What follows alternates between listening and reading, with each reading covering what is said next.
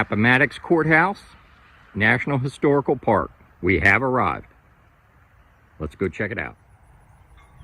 Here's a look back at the parking area at the Appomattox National Historical Park.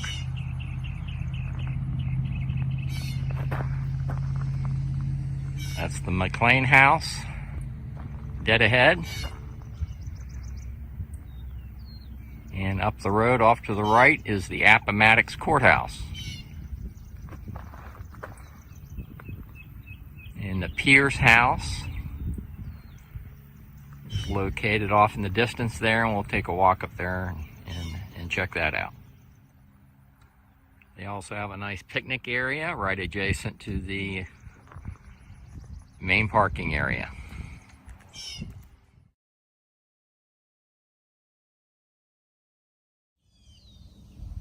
This is the Clover Hill Tavern. And there's a gentleman that just spent about 10 minutes getting us up to speed on what happened here. This is where they printed the parole passes after Lee's army surrendered to Grant at Appomattox Courthouse. Let's go in and take a look. Here are the printing presses where they printed the parole passes for Lee's army. They did that, I believe, on April 10th and 11th. It was the day after Lee surrendered. He had asked Grant to provide his men with parole so they could return home without harassment. Here's an example of what that parole pass looked like. And they printed tens of thousands of these. Behind the tavern, they do have restrooms with flush toilets, and they're open during COVID season. And this is the museum store, and it is open, and there is a person in there. So, FYI. We're going to make our way over to the McLean House where the actual surrender took place. It's over in this direction here. This building here is an attorney's office. Attorney at law, Woodson. Things were a little bit different back in the 1800s.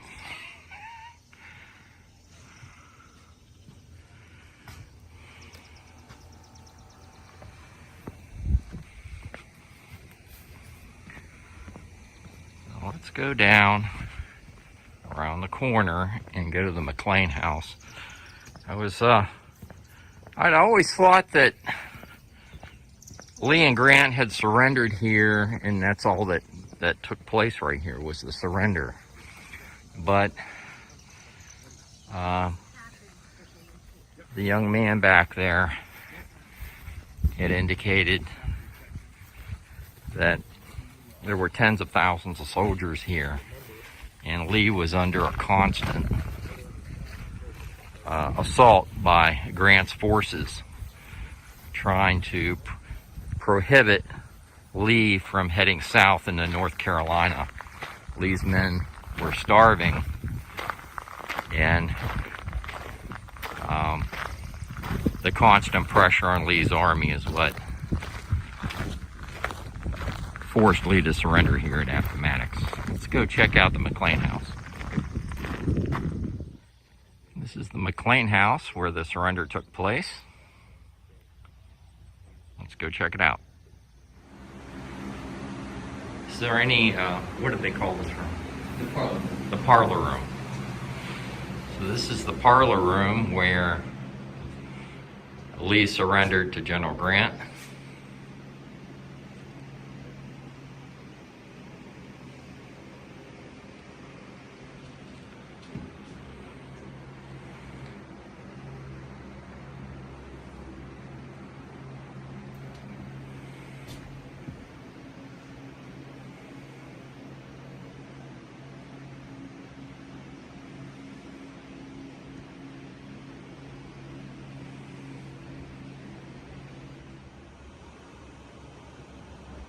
Just below the parlor area in the McLean house is the kitchen.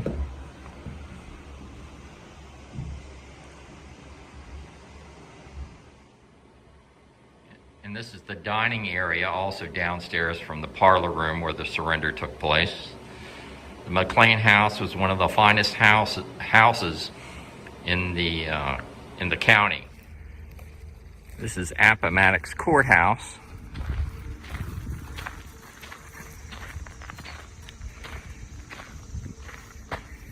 And the building itself, the courthouse, was closed at the time of the surrender. And Grant did not want to use this courthouse because it was a Confederate institution. They wanted to use a private residence, which was not government owned. So the surrender actually took place just across the street over in the McLean house. Here's a view from the rear side of the Appomattox Courthouse.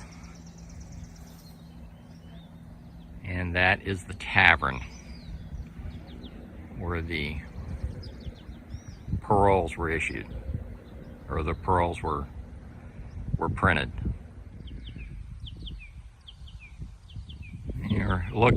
We're looking with a view toward the Stagecoach Road between Richmond and Lynchburg.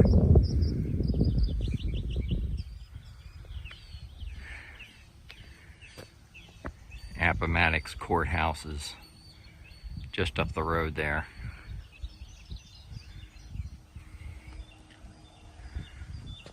It says throughout the day on April 12, 1865, shattered Confederate divisions marched into the village to surrender their weapons and flags. Union troops lined the Richmond-Lynchburg Stage Road beyond the McLean house. Confederates, many of them raqueteers, marched between the two Union lines to lay down their arms. By day's end, about 22,000 Confederates had marched into the village and stacked arms. Hundreds more refused to do so and simply left their weapons in camp. April 10th through 15th, the Confederates received their paroles. The long journey home and the difficult road to reconciliation began.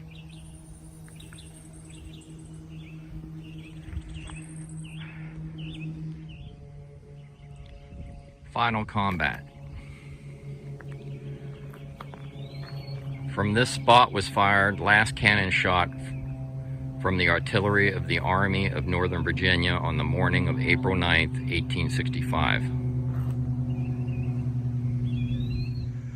On the knoll before you, Lee and Grant held the second of their two meetings at Appomattox Courthouse. They met here on the morning of April 10th. That would be the day after the surrender. Grant hoped to enlist Lee's support in urging the surrender of other Confederate armies, and Lee was intent on working out the final details of surrender. Lee refused Grant's request to exert his influence with other armies, but the two officers did resolve details of the surrender. Grant agreed to provide the Confederates with individual parole passes to safeguard their journey home. He would also allow surrendered soldiers to pass free on all government transportation on their way home. During their two meetings at Appomattox, not a harsh word passed between Lee and Grant. Wrote one Confederate, "General Grant and his men treated us nobly, more nobly than was ever a conquered army treated before or since." The process of reconciliation had begun.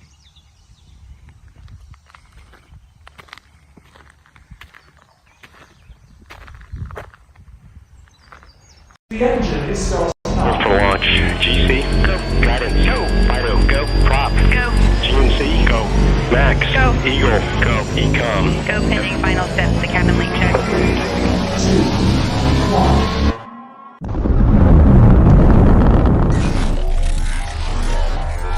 Is there anyone here that would like to communicate with us? Can you give us a sign?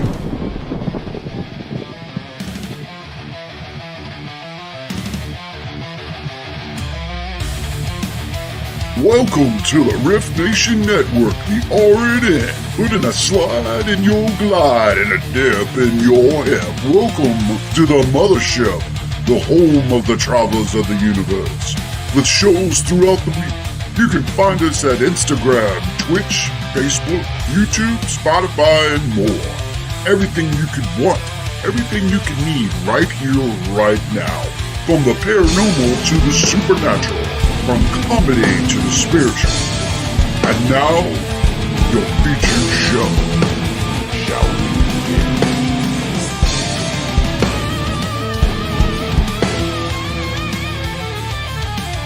It's showtime, folks! Podcast may contain material that some listeners may find sensitive, offensive, or disturbing. We strive to create respectful and informative content, but topics discussed may include mature themes such as violence, explicit language, or controversial subjects, triggering content including discussions related to mental health, trauma, or other sensitive issues, explicit language. Occasionally, our guests or hosts may use strong language.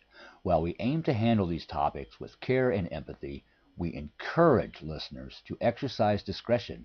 If you find any content distressing, consider skipping or seeking support.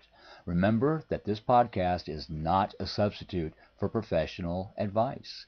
If you need assistance, please consult a qualified expert.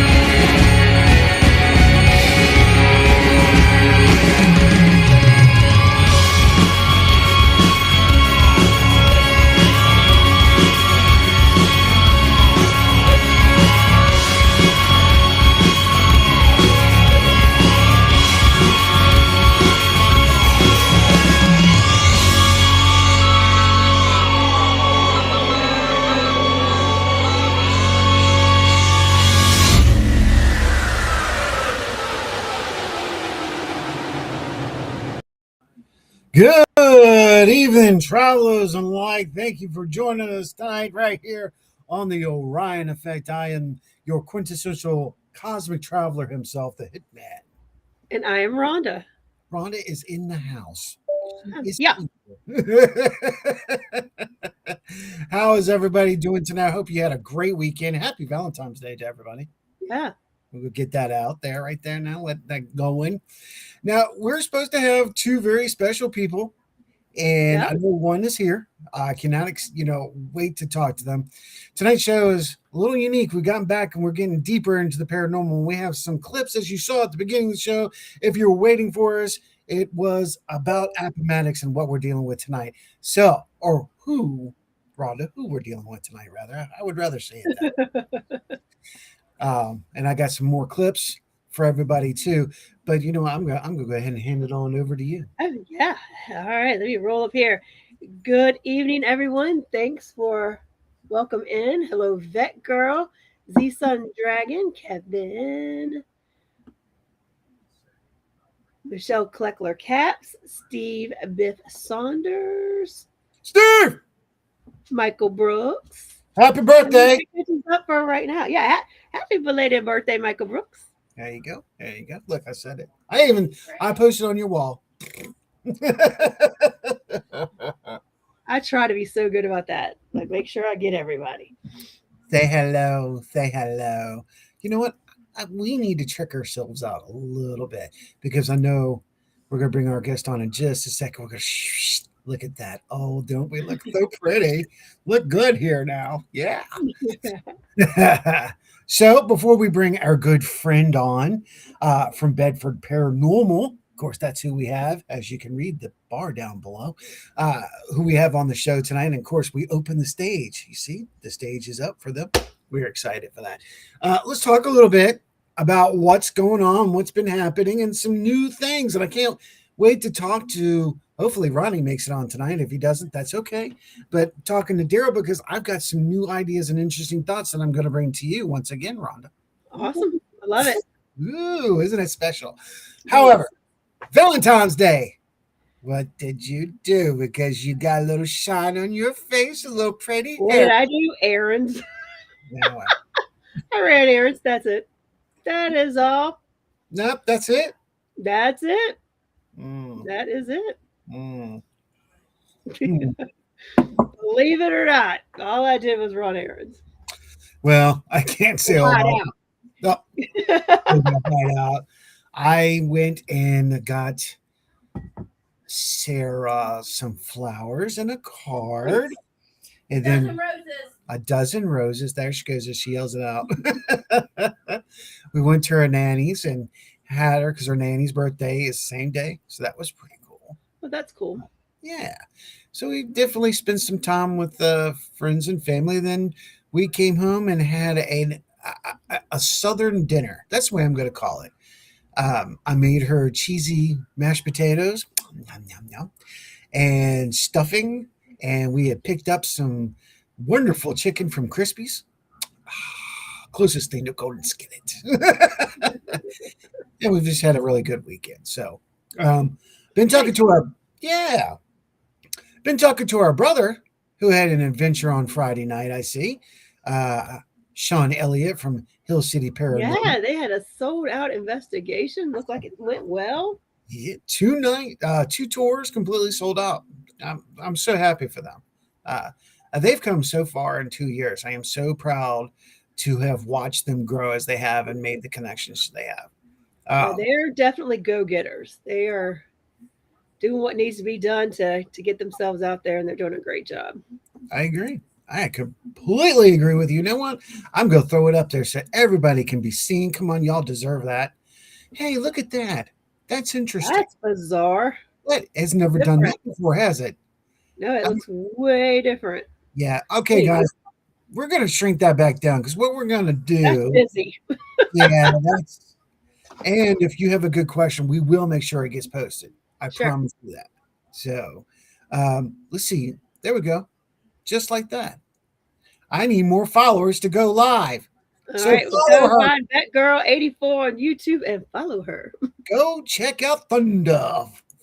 And I can't say from down under, thunder from above the mother. Okay, there we go, something like that. We're working on it.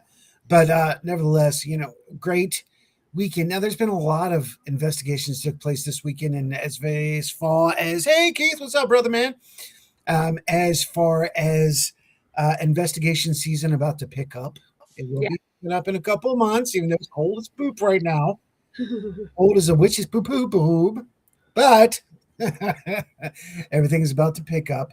Now, with that being said, we're going to bring on another new friend to the show in the house, ladies and gentlemen, Mr. Darrel Paulette. Hey, how you doing, everybody? Woohoo! I said it, it's me. I like the goat. I didn't realize you had it that long. Oh yeah, she's it's getting there. I'm working on it. Looks good, brother. Looks good on you. That's good.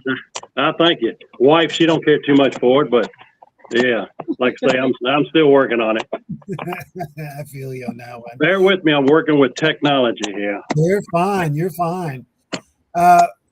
Tonight we're going to be talking to Darrel about not just a location, but a whole town. This is going to be a very unique show.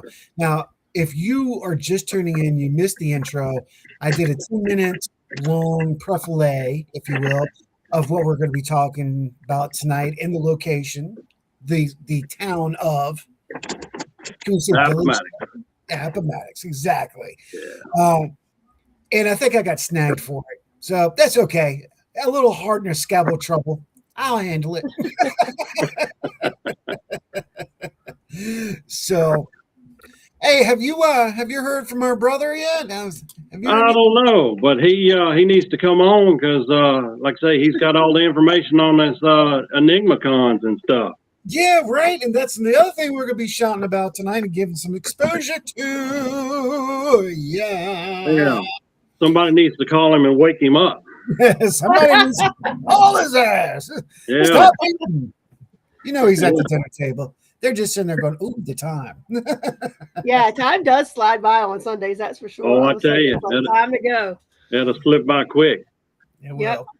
In a heartbeat. And the next thing you know, crap. Then too, he might have been having trouble like I was. I was fighting with this thing trying to get on, so I thought I was going to be late, but I ended up being the first one. Did you come through the phone, not the computer? Yeah, I came through the phone. Yeah, see, a lot of people are doing that, and that's fine. But you know what I should have told you is like maybe definitely try to use the Chrome 3 dots. Yeah, I got to put that into my intro. Oh yeah, thank you. That's the information that I needed. Yeah, All these platforms are different. Some platforms don't like your phone. Some platforms don't like your computer. Some platforms, it's like crazy. But I've got a wife that's techno savvy, and she figured it out real quick. Because she's awesome like that. That's right. I'm kissing butt. I don't think the weather is helping because I noticed I was streaming something today on my TV, and it was making me crazy. It was glitching and buffering and stuff I never had problems before. I guess everybody's sitting at home in the rain watching TV. Yeah. We're going to talk about that tonight. We are going to talk about it as part of investigations because there's some stuff that people need to know. Yeah. If you are out there and you have questions about Appomattox, Virginia, or Virginia investigations in general, drop a chat. Let us know. We'll bring it up and we'll read your chat right on air without question. I mean, this is a live show. That's what it's about. Yeah. Everybody else is just chatting right now. So I'm watching chat and everybody's just like, by the way, I did Keith Ottersberg. Good evening, sir. So we are good. Yes. Kevin's like, hi, Darrell. Hey, how you doing? I don't see on this phone. I can't see who's writing or anything. So that's all right. We got you back on that too. Yeah. We're looking at that. It seems like Restream has tweaked some of their stuff. That's why we don't have chat up. Because that was weird looking. That was look like a bot. I don't like that. Yeah, it looks like a bot. Exactly. Let's jump into it. We're not going to wait because our brother from another mother may show up and he may not. Yeah. Okay. The elusive Ronnie Anderson. The elusive Ronnie Anderson. He's probably doing some kind of family event like he normally does. Sean knows that though. He can speak for that. Courtney would say he's at a cookout. He's at a cookout. Yeah. In his heyday. That's right. But it is Valentine's Day. Maybe he's doing it. Who knows? And now, I'm all good with it. I just got off the phone with Sean just a little while ago anyway. I should have said, hey, why don't you just jump on? But he's dropping his daughter off. So I'm like, yep, that's not happening. Yeah. How did you get into the paranormal, Darrell? How did any of this even happen for you? What's your journey? What's your story? Hey, Jimmy. Well, I had started, I guess it must have been, probably about 15 years probably now. I had a cousin that was in the paranormal field, and he just asked me one weekend if I wanted to go with him up to St. Albans and investigate. And of course, it was all new to me. I didn't know what in the world he was even talking about. Right. So, but that was your first place? Yeah, that was my very first place. You sure did get christened by the hot water, didn't you? It was my first place too. So I cut my teeth on. A good one to start with. That's right. Cut my teeth on St. Albans. Yep. But but yeah, we went up there one weekend and started. We investigated, and of course, not a whole lot. I was a skeptic. I really didn't believe in a whole lot of anything. Really? First time, I was kind of interested in the stuff that was going on, the process, and what he was doing, and this, that, and the other, and what was being said and done. But nothing really ever happened. But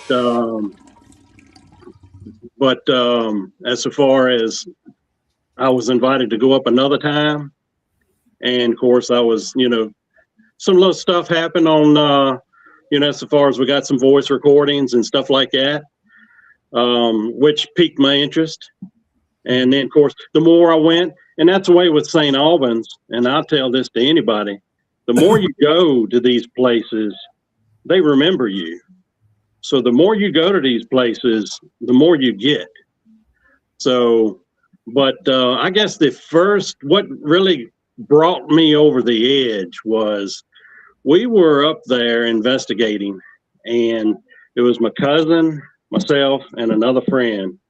And we were down in the stairwell that led down into the alcoholics, down towards the alcoholics room. And of course, he had seen, well, look who's starting to come in. He had seen what, best way to describe it, looked like an elephant man. How people had the elephant disease. That was probably the best way of describing it. Of course, nobody saw it, but I believe that he saw it because he was just white as a ghost, and he was, it really shook him up and scared him. So Yeah. we went down there towards the alcoholic room and did a little more investigating. And the friend that was that went with us, he just so happened he went up the stairwell, and whatever it was that he saw or heard, he had tried to get away, and he ended up falling down the steps. And he was trying to get away so fast. I mean, it was just hilarious. I was at the bottom of the steps, and this guy that weighed probably about 315 pounds, 6'4", when it just looked like a giraffe falling down the steps. He was just all over the place. So after I found out he was okay, I just laughed my tail off. But evidently, laughing, you don't need to be laughing at somebody, because the third time, and everything happened in this stairwell that night. Probably about another 45 minutes later, we decided to go back up the steps into the grand hallway, and something pushed me. You could feel a hand in my back, the small of my back, and it actually pushed with enough force that it actually pushed me and the boy that was in front of me and my cousin in front of him. All three of us just kind of fell on the floor up at the top of the steps. And there's no way that I was able to physically pick neither one of those people up. So after that event, I was sold. Yeah. There's something that, out there that I don't know anything about. All right. That's a good point. Because, Darrell, let me jump in here and go, Mr. Anderson, welcome to the show, brother man. Man, I apologize for being late. I'm under the weather. Been a hell of a 2 weeks for me. Man, you don't have to apologize. Ladies and gentlemen, Ronnie Anderson is part of Bedford Paranormal, and of course, a member of G3. And we thank you for being here. Ronnie, with you real quick, we're going to get a little bit of touching into St. Albans, and we'll see what we can do from there. There is a little bit of feedback, but it's not that bad. Miss Sandra, how are you? Hey, Sandra. What was one of your first experiences, Ronnie, at St. Albans? Oh yeah, I do remember it. One of my first experiences was I've had so many there. About the most life-changing experience I'll tell you about. We were at the top of the grand staircase, and it was just Bedford Paranormal in the building, and we had walked to the top of the grand staircase and walked around to the King Center, and me and another Noah, one of our other members, were standing looking directly down the King Center. And if you know anything about the King Center, it has a like a nurses station where the elevator section is. Yeah. Most people call it rocking chair hallway or whatever. But it has big windows there, so it emits light inside the hallway. And we seen a shadow like swing across the doorway. And I didn't say anything. And then Noah said, "Did you see that?" And knowing that he's seen the same thing I did, we walked down there, and it was me, Alan, Brenda, and Noah there at the time. And I kind of sat at the time I had a couch there, and they sat in a chair and a couple couches, and we started doing a session. I actually sat in the floor looking back down the hall towards the attic staircase. And I could hear Alan, they were doing an EVP session. And I could hear Alan's voice. I could hear Brenda's voice. But it sounded like it was, excuse me, I'm sorry. You're fine. They sounded like it was off in the distance. I mean, like they were down the hallway. And as I'm sitting there, I see this black, I don't know what it was, shadow. It just kind of engulfed me like a cloak, but it never did shut in front of my face. It just came really close together. And I kept hearing them talk to me, "Ronnie, you okay? Are you okay? Are you okay?" And I couldn't answer them. I couldn't get anything out. So they knew something was going on. They called it. They got me out of the building right away. And I don't know what it was, but it made me really goofy for like 3 days before I could get my senses back. Wow. It was kind of like concussion symptoms. And I've seen all this, and what they explained to me, what they seen was kind of terrifying. But thinking about, they seen what was around me. They couldn't see me very well. They seen me vibrating. Oh, wow. All I could do is hear them talk, and I heard them say, "Call it." They picked me up and took me out. And by the time I got outside, I was fine. But yeah, it took me like 3 days to get through all this, and it was very strange. It's the one out of 20 years. It's the one time anything's ever happened like that. Man. Darrell can verify this. The last few times we've been in St. Albans, just as a team, we go straight to the King Center, and we spend all kinds of time there. Oh yeah, I can understand that. I can understand that. Yeah. They won't let me go by myself though. So, no. Try to keep them out of the way. There it but is. as far as St. Albans goes, I mean, if anybody's out there listening, if you go to St. Albans, you watch all these TV shows. You have the Boiler Room, the Bowling Alley, the Rebecca's Suicide Bathroom. Stay off the beaten path. It's over 80,000 square feet of maze. And explore. Yes, that place is active anywhere. Just don't go to all the places on TV. Yeah. You can go in a closet and get something. I mean, what? That's true, Darrell.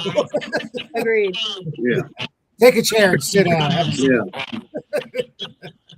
Well, it's been through so many things and so many changes. That's incredible. And we definitely want to jump into the town in just a minute. But we also want to make sure we keep a focus on St. Albans, because that's really where we're talking about EnigmaCon, right? Yep. Yeah. Let's get some prompting in there, guys. Go ahead, prompt that bad boy up. Yeah, EnigmaCon in April. We've done it for the past, I think this is the 10th year, maybe. Yeah, there's a bit of it. We did call it one year and say we were not going to do it again, and we skipped a year. But talking to Marcel, the event went so well. We had sold out every year that we decided to come back and start it again. This will be our second year back. Yeah. And the event, it is, I think it's an awesome event. A bunch of like-minded people come in there. There are no professionals, you know what I mean? Mm-hmm. Everybody, in this field, there's no professionals. No. But there are people that are willing to listen to other people that have been in it longer, to give their opinions, show what they do, and we'll show what they do. And it's a learning experience. Yeah. But the event is awesome. It's all day Saturday with speakers, and then with a public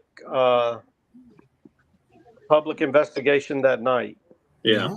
Nice. And I think we're going to do a VIP from the public. What is it? 8 o'clock, Darrell, or 7 o'clock? As far as the, it's 8 o'clock. yeah, I think so. Yeah. I think it's about 8 o'clock. Yeah. 8 o'clock to 1, and VIP will go to 4. Yeah. Okay. Now, how are y'all looking on sales for that? As far as the public investigation, do people got time to get in there?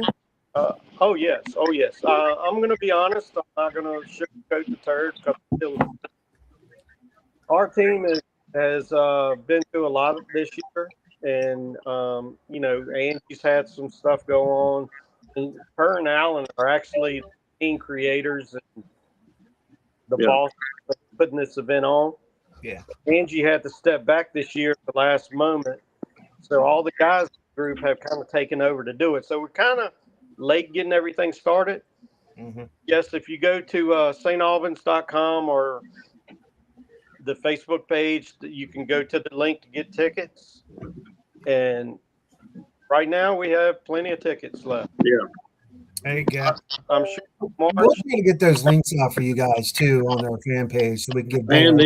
And then too, if you want to be a vendor, also we've got a link for the vendors if you want to be a vendor. So. Oh, you're still taking vendor spots?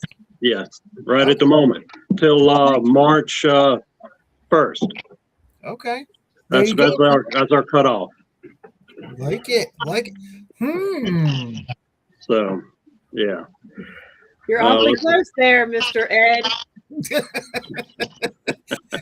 Darrell's already gone. Come on, man. You know you want to. I know FPRI already has a table. All you got to do, and the thing about it, all I need, you just got to contact me and give me all your address and stuff like that, pertinent information, so I can get you an invitation. But yeah, I'm the man on the vendor part. But so yeah, I'll say the vendor thing is probably the best deal if you're planning on being a vendor, because I think it's like, what tickets now, Darrell? They're like $50. $50, and that'll get you in and plus one. And that's also, like say, as far as it'll get you as far as the investigation also. Okay. Yeah. Speakers and vendors are VIP. They come in Friday, so you can set your stuff up, and you actually get a dinner. Yeah. And the building Friday night to investigate like a private. Well, I think you got a couple of people out there that are going, maybe we should attend.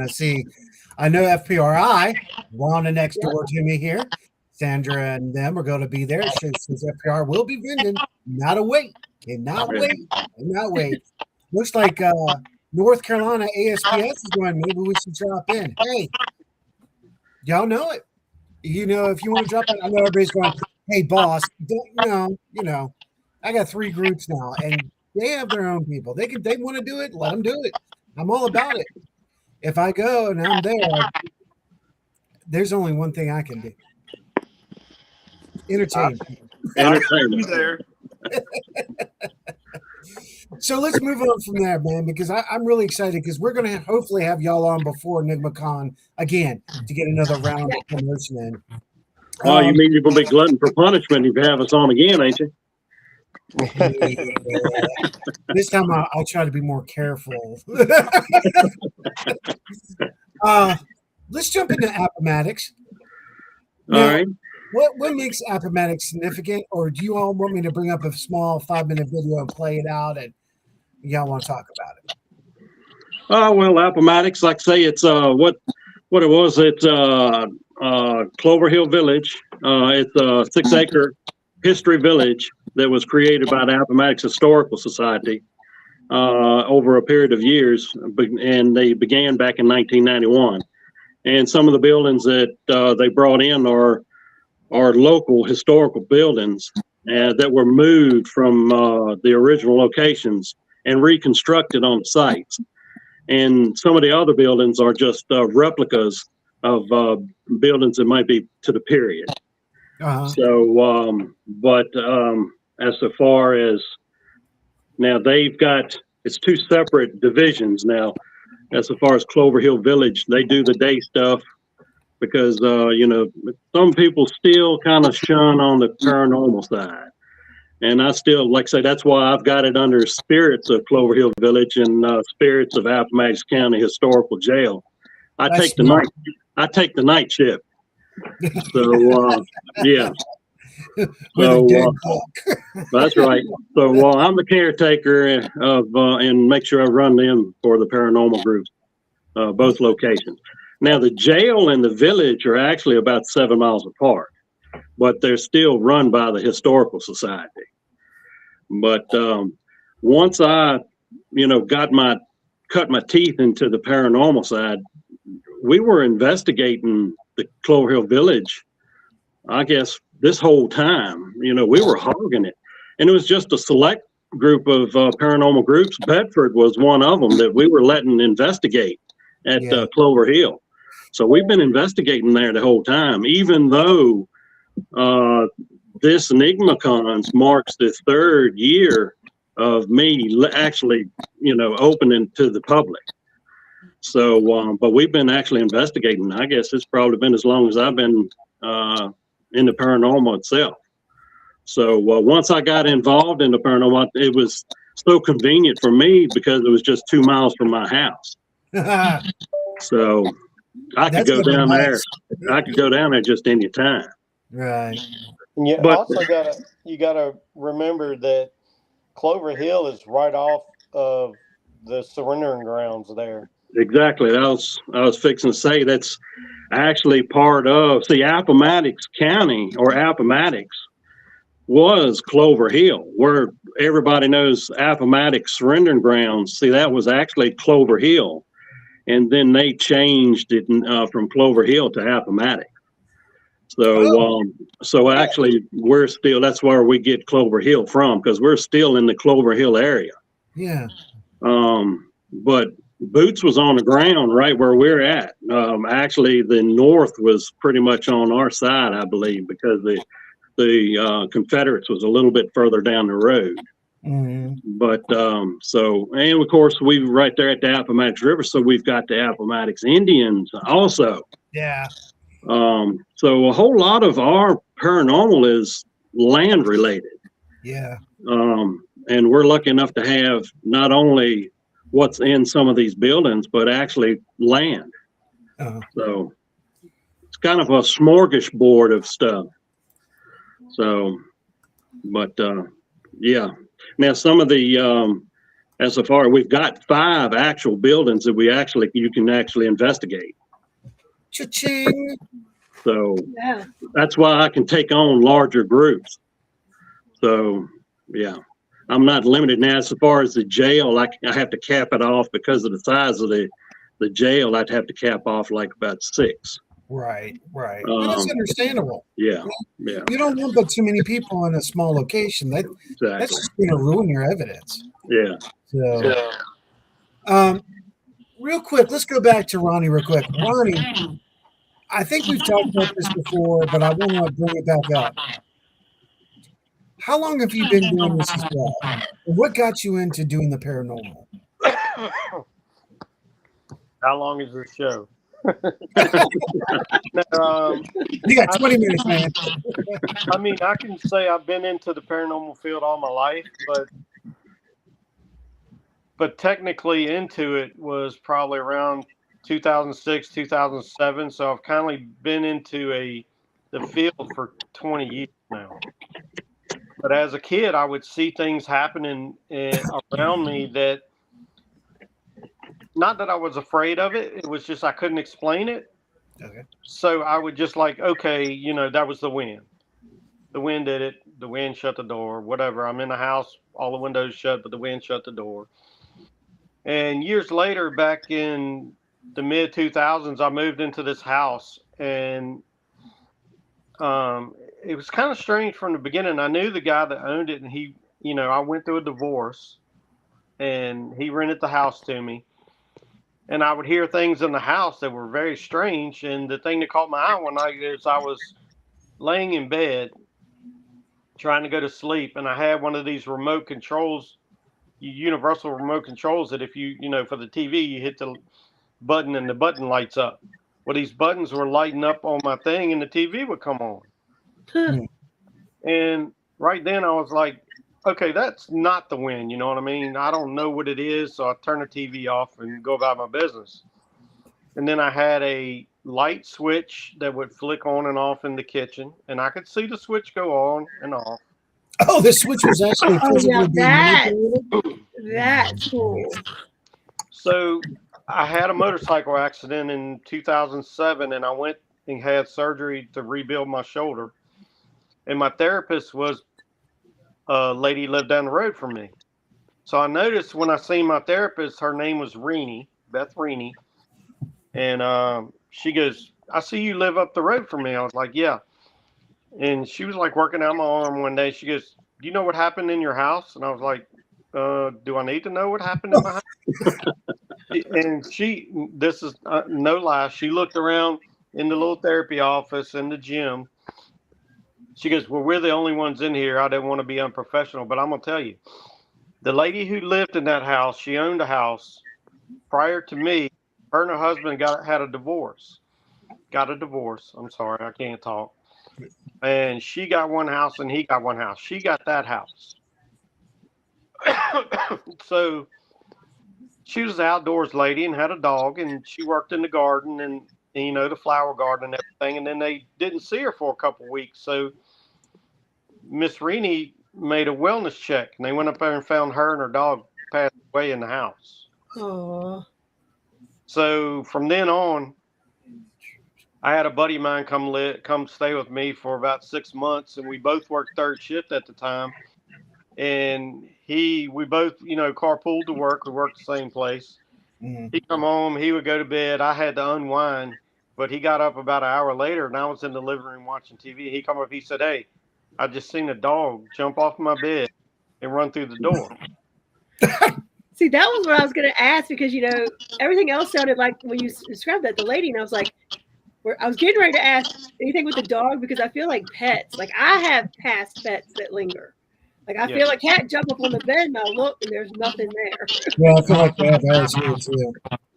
But my sister came in when my father passed away. My sister came in from Texas because she lives in Texas, and she seen a dog in the house too. And I told her, sis, I don't have a dog in here, but this is what the story is. Mm-hmm. But I've had, everything. I knew who was in the house. She was very sweet. But it sparked it got me into the paranormal. So Okay. Alan May worked with me also. So everybody told me, talk to Alan. Yeah. So I went and talked to Alan. He invited me to a meeting, and this was October, mid 2000. Yeah. I went to the meeting, and during the meeting, they had planned to go to the USS North Carolina. So I said, okay, I want to go and see what it's about. That was my first investigation, and I've hooked ever since then. See, both y'all had significant places that you. That's cool. Oh, yeah. I like that. Yeah. That's cool. First, I got to say, because my brother's jumped in and he's asked me where our great grandfather's home was. How far would you say Bedford is to Appomattox Courthouse? 35 minutes? Probably about You 40 were minutes. breaking up a little bit. How far? How far would you say Bedford is to Appomattox? I'd say probably 45 minutes Yeah. or close to it. All right, Yeah. so take that and make that by a horse. That's going to be about 3 hours, right? From Bedford to Bedford to Appomattox on horse. on horse, On horse? probably a good day's ride, probably. Yeah, I'd say that's probably a day's ride. Okay, nice. And the reason is because our grandfather, great grandfather, when he went into the artillery unit, they were in Bedford. And then my grandfathers, both of them are preachers in Bedford. So I'm just trying to grab the whole thing. I have a question for you guys. We're going to get a little personal. Okay. All right. And Ronnie, I think you and I have talked about this, but Darrell, I might have mentioned it to you too. We're going to go back to the treasure. And my father swears he thinks it's at the bottom of the Appomattox River. What do y'all think? Well, I've heard. Now, where are you talking about? What part of Appomattox? The Appomattox River? I can't tell you that. I don't know. The reason why I say that, where we're at now, the Appomattox River comes up out of the ground. So, and of course, the further you go down to the coast, I mean, it gets about a half a mile or more. Yeah. It's probably so. But I think if it is going to be a treasure, and this is why I say that, it's going to be around the Farmville area, because that's where they blew up the bridge and everything down there. So I'm gonna think and that's right there. If they buried anything, I think it's going to be around the Farmville area. You said it, buried. So you feel they buried it? Yeah. All right, Ronnie. What about you, brother? I feel the same way. But I've heard so many stories about it could be anywhere.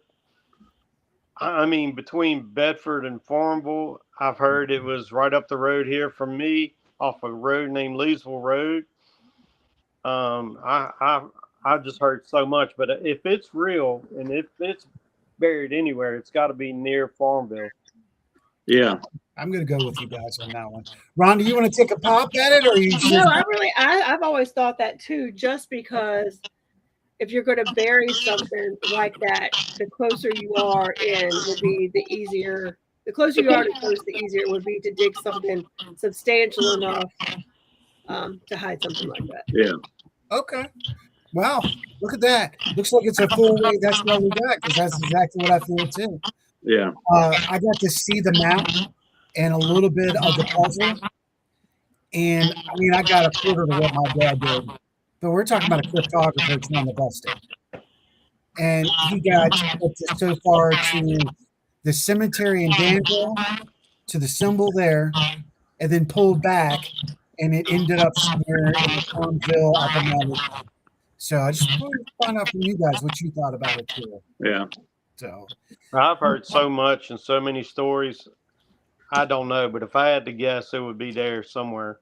There you go. I like it. I like it a lot. What? That's right. We get that. We're doing a pause on that one. All right, guys. Let's get back into Appomattox real quick. When it comes to investigating, what kind of solid evidence have y'all received at either location? And let me add both my questions with that. What equipment works best for you guys when it did take place? Well, you want to start off with that? You want me to start? Yeah, go ahead. Are we going to tell the same stories? Well, that's why I was going to let you go. Okay. The first time that Bedford got offered to come down to Clover Hill, we were in the church, and I think we were doing SB7 SDs, and we were getting some really cool, responses to our questions, but just out of nowhere, that church shook, vibrated, and I don't know why. But Darrell was there, and he can verify that also. And it was 7 of us in the church to verify this. Yes. And it wasn't the floor; it was the walls that was vibrating. So, I figured he was going to tell that one. That's probably one of the biggest ones. Yeah. But that same night, we were in the schoolroom, and we were just sitting around just asking questions. And I don't forget what piece of equipment we were even using. But anyway, they got old desk in there with the grooves in the desk for the pens and the pencils up at the top of the desk. But anyway, they had chalk sitting at the top of these desks. We had a couple in there that had never been ghost hunting before, investigating before. It was, so we had invited them. They wanted to go. We were all sitting along the walls of the schoolroom, and we heard off the desk. You heard it fly off the desk and smack your wall. So everybody got excited. We turned the lights on, and it was a chalk mark just above this woman's head on the wall. Well, that did it for that lady. She'd never been back. That was the end of her investigation. So, but the matter of having that piece of chalk fly off of a desk and actually hitting that wall was that was pretty cool. And it was the same amount of people that was in the church. So, like I say, that we've had other stuff that was pretty good in there too. Well, Ronnie here lately, the general store has been really active. Me and Darrell sat. I think it was Sean and Courtney were there that night with their group, and we were sitting on the porch, and we went in to get water or something, and the rocking chair. Now this night, Sean can verify this too. It was 100 degrees that night. No wind blowing, nothing. But that rocking chair would rock on the front porch and stop and then rock. Then you can be sitting on the rocking chairs outside and hear the doors open in the store. And I had to go out to the restroom one time, and I walked out, and I thought I'd seen Sean coming down the driveway, but it wasn't him. And I walked up right in the face of something. It was black. It was a black mass, and it just crossed in front of me. And it startled me. I took a couple steps back because I thought I was going to run into Sean. And, you know, Sean, you don't want to run into that guy. You're going to be on the ground. But it was nobody there. But as far as the jail goes for me, I've only been to the jail once, and it was quiet for me, but I know everybody that I know goes there has some great experiences. Yeah. You know, and with that being said, we've got Michael Brooks coming up. Said we had heavy footsteps walk down the aisle through the church with equipment going off as it came towards us. That's right. Common. Yeah. That's common. If I had to pick a building out of all the buildings, I think the church and the cabin are probably the most haunted. Okay. The church, yeah, definitely the cabin. Yeah. Ron, do you want to take Shayla? Sure. When we were in the schoolhouse, we're asking addition problems. We had the rope light flash the answers. We asked 4 + 7, and it flashed 7 times. 4 + 3, and it flashed 7 times. Nice. Good reactions, man. Good reactions. Now, we're still going to stay on the paranormal, but we're going to go back to the town itself a little bit. Now, I know that there's been myths of cryptic way before the Civil War around there. Have y'all heard about the myths of the cryptics running around the woods and stuff like that around there? I've heard, not around there, No. but I have, I've heard, we got our Bigfoot people here in the Appalachian Mountains.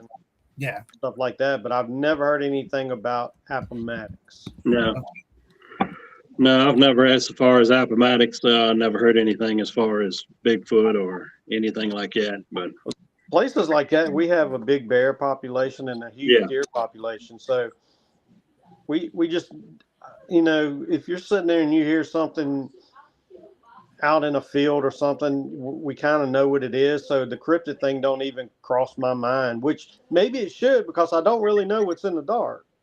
But me, I'm going to chalk it up to a bear or deer. Well, let's go back and look at Gettysburg real quick. All over the land, all over that land, there are images seen and things you can't understand or can't identify. What would make that any different than Manassas or Appomattox? You're going to see possibly a figure, and because look at the energy level of just taking place there. Yeah. Oh, I agree. I'm not saying, I just have never heard anything about a cryptid around our area. Yeah. But they're not going to stay in one spot anyway. That's right. So you never know. But just being a country boy that I am and grew up in Rustburg, which is right beside Appomattox, we always knew what bear and deer were. But like I said, maybe we ought to stop and think about it at some point. I would say no, because I just feel like if you've grown up in it and your intuition is about the animal life there, because you would know it's going to be that one thing that does not sound like something you've heard before. Oh, Right. That exactly. you know something's off. Yeah. Right. Very good point. Very good point, Rhonda. Michael Brooks hits with heard a woman's voice in the cabin. There you go. We got some more interaction. Yeah. And Shayla hits up the jail with the trip. So I'm really looking forward to doing some test results with Darrell at the jail this year. I'm going to get together with Ronnie and Sean, and we're going to try some different things there. So we're looking forward to that, and we'll say that. Going back to the jail. Now, how often do y'all get out to do research at the jail, and how significant is it to you guys? You talk about as far as research as far as Bedford, us? Yeah. We've only done it, what, once? Yeah. I mean, we've done walkthroughs and all with Angie and all, but yeah. He stays so booked up with everybody, we can't get a chance to get in there. Now he's not lying about that. And if this year goes like last year, it's I'm blessed. So I can't complain. But I've been after, like I say, we always look for places to go. I've been talking to, this is, I know the person, I can get the people, I can get us in. So it's not going to cost anything or to get us in. We need to investigate it, especially the jail, because we've been over to the village quite a few times. Yeah. So, when we went to the jail, the girls wasn't there. I mean, I know Angie's been walked through with y'all, but I can tell you, first time. And that was a good test. Actually, that was a good test because majority of the stuff that happens, it more than likely it's a female there. So having just guys there might not get a whole lot, because I've got a certain spirit that seems to like a lady. He's like I say, he's a character. So he's kind of like ladies. So if we got the girls, next time we go, we probably will get more. Oh yeah, I'm sure, 100%. So, because everybody I've talked to has done the jail, they've always had a female in the group, and they get super evidence and activity. Yeah. And I know when we went, it was just us 4 guys, and we had a couple little things, but iffy. But you could feel stuff there. You could feel the energy. They just didn't want to cooperate with us. Yeah. I'm sorry, I'm sick, y'all. You're That's fine. okay. That's okay. I think, with the exception of straight provocation, okay, because I'm not one to I don't support provoking whatsoever. No, but we don't either. Yeah, but there are forms that you can do proper. I will say that. Now, with that, trying different triggers is going to really probably be a great direction to go. So let's see what we can do this year. Yeah. I'm going to ask this real quick. I'm curious. How should someone, if somebody comes out there and investigates, right? How should they go about investigating, from y'all's opinion? That's as far as either place. Yep. Now, as far as the village, of course, I go around and I try to give them a run through, give them a little bit of history. I try not to give them as far as anything that actually happens there. I like for the individuals to go in blind as much as they can. But like I say, going on podcasts and stuff like that, I know people pick up a little bit of stuff. Yeah. But most cases, I like for you to go in blind, and then you just go in and just throw whatever you want to try at it. And like I say, and I feed off, like I say, if you come down, most of the time the store is like a safe house or a break room, because that's the only place on the property that's got electricity. So, you know, you debunk the electricity, you debunk the sewer, water and sewer, and you debunk a whole lot of all the you know, anything like that, heating and air. So the store is the only one that has stuff like that. So that's kind of the safe house. So when people come down and take a break, I kind of milk them, feed off, see what they do, and then I give them a little bit. Well, this is what kind of had, you know, maybe try this. Something like this happens, you know, last time it was, you know, somebody did this, or, you know, try this piece of equipment. You might have better luck. Yeah. But I right would at say, first, I let them go right, throw whatever you want to at it, and then I'll try to help them after they, you know, throughout the night. well, Now, I as would, I far as would the say jail, there's now as nothing far as the, negative at either spot, so I wouldn't no, go in there all blowed up. no, I would no, go there's in nothing both negative places either with place. respect. Big Daddy Yeah, a lot of Sean's in the respect. Asheville City Paranormal. Good see. Props to Um, him. and I don't want nobody to go in and, you know, try, you know, any type of spells or, you know, any type of Ouija Yeah. boards and stuff like that, because I don't want Good to have for to take you. care of anything. Right. Good for Um, you. I'm the one that's got to take care of it after you leave. Yeah. Right. So I don't want to have to deal with that. So that's why I'll make you sign it that you're not going to do it, or you get a free trip out. But I've been lucky so far. Yeah. I had one group that I don't know what they did. They paid from 7 to that night. They paid from 7 to 2. They left about 10. Whatever was in the blacksmith shop chased them out. And that night when I was shutting up the place, it kind of let it be known that they weren't too happy about things, because I had stuff happening to me while I was shutting up that normally doesn't happen. Gotcha. So, like I say, they'll let me know if you try anything. I think I've got some good spirits there, and I You like know, to keep it that way. it makes you wonder if you have sentries that'll walk around that'll come let you know. Yeah. Have they established that much communication with you guys to go, hey, we got some shit going down, you know, here banging or something? You know, it is curious. That's maybe something to try. Yeah. I mean, in my theory, I think all cemeteries have sentries. I think graveyards have sentries. Yeah. So what would make this place not?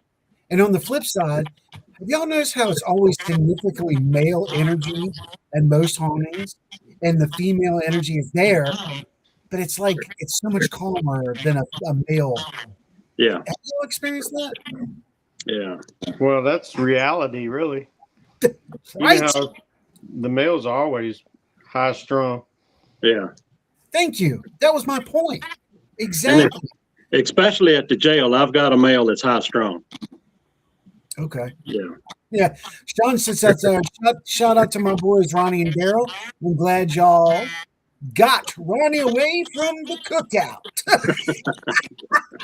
We were picking on you earlier, by the way. Not gonna lie to you. No cookout for me.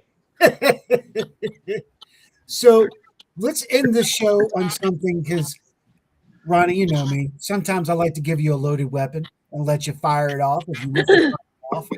So with that being said, what do you, and this is actually a positive thing, what do y'all think investigators are doing right in the field today in general?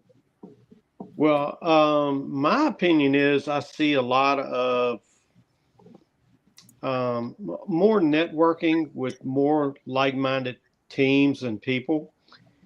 I'm not seeing as much nowadays of, I guess, the professionals and looking down on. I think I know the circles I run in now, that we're all about the same thing. And if you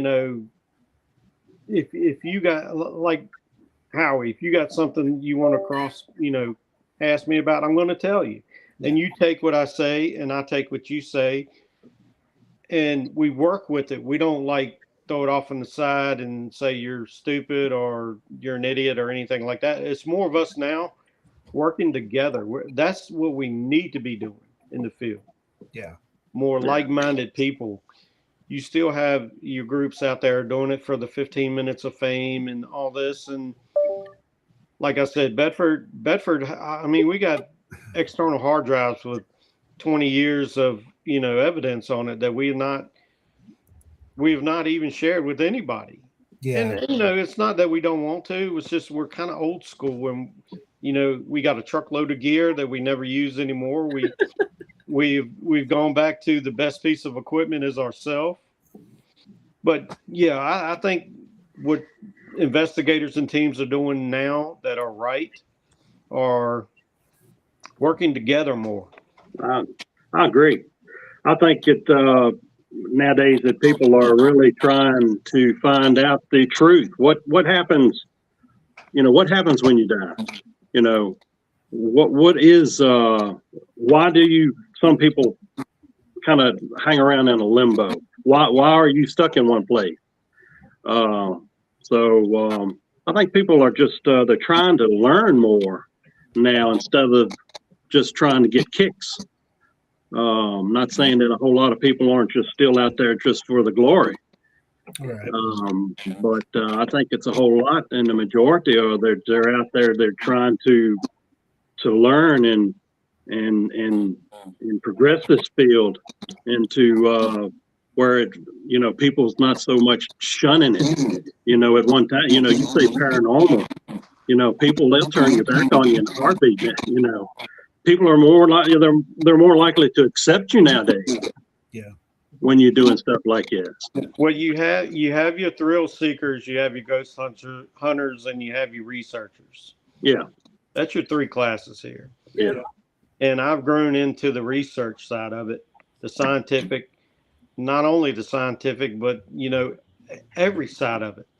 I'm not big into the white paper or the white tape theory where you do a lot of that scientific,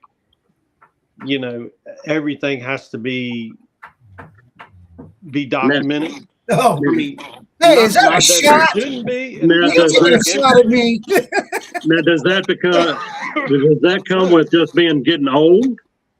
That's me. I mean, like I said, Because we're all,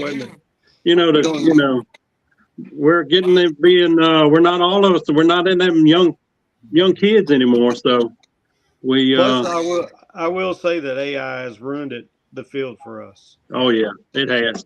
I think you're right. Well, I mean, it's ruining every field, whether you're a musician, an artist, a book writer, an author, it's ruining it for across the board. Anything that is, an innate passion or hobby is being taken over. Oh, yes. It's something you got to work for. Yeah, it's done got so simple now. Yeah. You don't have to work for anything. Totally. Yeah. Hey, guys, would y'all come back? We can get you set back up before NinmaCon. Come on back and talk to us a little bit more. We'll get ready for St. Albans and get this all ready for you guys. Sounds good. Yeah, I mean, I'm easy. I'm just not cheap. He's cheap. He's cheap. He's cheap. Don't get let the him bag. lie, Get the bag. Well, guys, we thank y'all so much for coming and hanging out with us tonight. Right here, I wish we could go longer, but right now we're on a capped moment. So we thank y'all so much. Well, I'll be talking with you, Ronnie. I'll be touching base with you about G3 coming up soon. Oh yeah, guys, thank y'all so much. All right, thank you guys. All right, thanks. Bye. Feel better soon, Ronnie. Absolutely. So, what a great show! Yes, that was what fun. a great show. You're going to find us doing this more and more. Great. I miss Sheila. There we go. She agreed. Yeah, there you are. We're going to find me and Rhonda doing this more and more. This is kind of like a conclusion of the show and our deduction and just chatting. I love those guys, talking with them. Yeah, they're great. I've just started talking to Darrell, but I've been talking to Ronnie for about a year. I've known Bedford Paranormal for years, just never really interacted. And if you get a chance, that's another reason to come to the Shenandoah Valley. You get to meet all these new amazing teams, and some of the oldest teams in Virginia are right here in the Valley. So if you come to Roanoke, if you go to Richmond, if you go to Fredericksburg, up north, there's teams and things going on all over the place. So I'm going to encourage you, please go out there, check out these conventions, these expos, get to know these people, and maybe learn something more than what was. Yeah. I'm going to leave it on that one. I'm going to say it that way. So, on that note, you got any last advice for these people out here tonight there? Advice, no, but I think that a lot of good thoughts were brought up on this show as far as how you should conduct yourself in investigations and ways to help others that are trying to get started if you already run a location. Um, like they said, AI is ruining everything. I mean, from books to music to songwriters to everything. Yeah. So just be cautious of what you believe, of believing what you see out there. I think But I haven't been to either one of those locations. I've been wanting to go Clover Hill or the jail, but they're both places on my list. So I'm hoping to get there. I think John has y'all set up for returning there this year, if I remember what Darrell said. Okay. That would not surprise me. If I tell you what, I'll do this.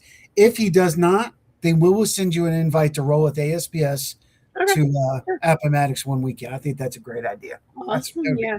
Unfortunately, I think I might miss the NigmaCon. I'm not 100% sure, but I've got business travel the week before, and I was supposed to be back Thursday, but I did get an opportunity to attend a forum for women in leadership that Friday, and I couldn't actually turn that down. So I'm not coming back till Friday night now, so I don't know if I'll be able to.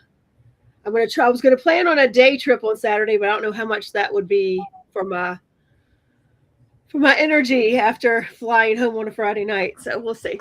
We'll see. And I did tell Darrell that I'll probably make an appearance. I don't know what I'm going to do with that. I saw Jimmy, the director of North Carolina, saying stepping up. So maybe y'all see if you go out to EnigmaCon, maybe you'll see ASPS North Carolina out there. You never know. Or Central or Eastern. Find out.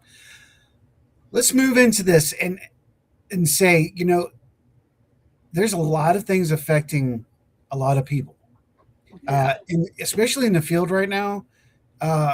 Take note of the science part of it, understanding how solar flares affect you as a human and affect the paranormal activity that's out there. Solar flares have had me not sleeping well for many, many days at this point. It's been a bitchy storm. It has been a bitchy storm.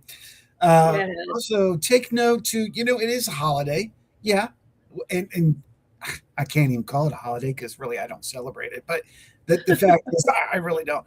But, it always puts people a little bit on the high-strung side. And I have seen that this weekend. Take your time. Just relax. We have got nowhere to be that fast. And if you do, take a little extra time leaving beforehand. Because what happens, you control your own energy, your blood pressure, the whole hypertension of your body. You actually control that when you leave a little early and not put so much time and pressure on yourself. Well, that, and if people are driving slow in front of you or something happens, I swear anymore, I'm just like, well, something's slowing me down. Yeah. Something is slowing me down, and I'm just going to accept that. I need to be slowed down right now. Yeah, that's, you know what? Pay attention. You're exactly right. Pay attention to not just others, but yourself. That's a good one. I think that's the best way to go on that one. I think we're going to hold it on that one. Ladies and gentlemen, boys and girls, travelers, and those alike, thank you so much for spending your time with us. Catch us in an hour on the Freaking Awesome playlist. But until then, we'll see you on the other side next Sunday. May virtue be yours. Have a great week, everyone.